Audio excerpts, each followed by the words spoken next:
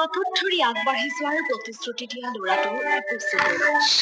এটা বিষাক্ত কোপ অজুহাতটো লৈ গুচি গ'ল উৎপল।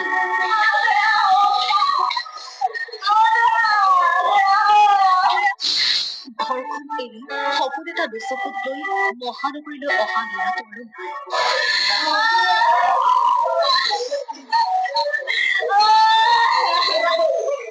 মৃত্যু চিৰন্তন সত্য, কিন্তু এনেকৈও মৃত্যু আহিব পাৰেনে বাৰু?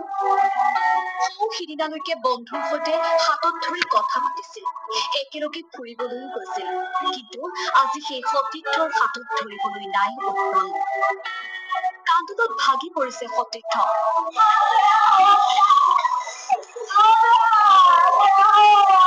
চিকিৎসালয়ৰ বাহিৰত উৎপলক শেষবাৰৰ বাবে চাবলৈ ঘণ্টাৰ পিছত ঘণ্টা অপেক্ষা সতীৰ্থৰ।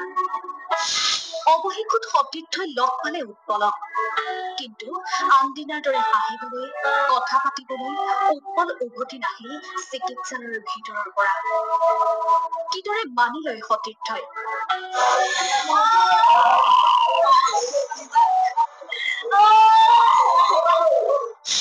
কিয় একেবাৰে গুচি গ'ল যুৱ সাংবাদিক উৎপল?